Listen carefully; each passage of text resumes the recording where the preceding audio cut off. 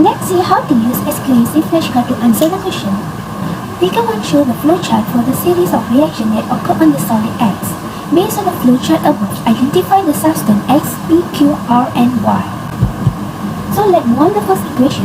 When salt X is heated, black solid P and brown gas Q and colorless gas R was produced. Here we can refer the heat test chart. So we start from the center, the salt, unknown salt, heated and produce a black solid. So we can refer here the black solid P should be copper oxide. It contains copper ion.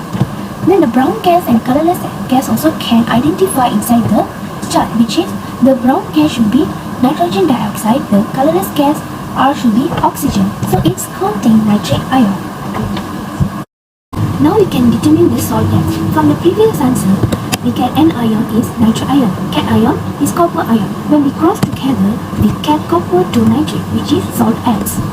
Now we identify the blue solution Y. Okay, we start from the center. The blue solution Y react with little amount of sodium hydroxide solution and produce a blue precipitate. Here the blue precipitate. The blue precipitate react to excess amount of sodium hydroxide solution and produce a blue precipitate insoluble in excess amount of sodium hydroxide. So the blue solution Y is contain copper ion. Okay, let's start with the equation. Blue solution Y react with a little amount aqueous ammonia solution and produce a blue precipitate. Here the blue precipitate. The blue precipitate react with excess amount of aqueous ammonia solution and produce a blue precipitate dissolved in excess amount of aqueous ammonia solution turn into dark blue solution.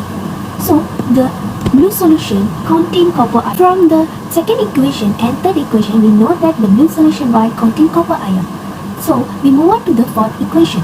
Salt X dissolve in water and produce blue solution Y. So we know that salt X is copper to nitrate and the blue solution Y contain copper ion.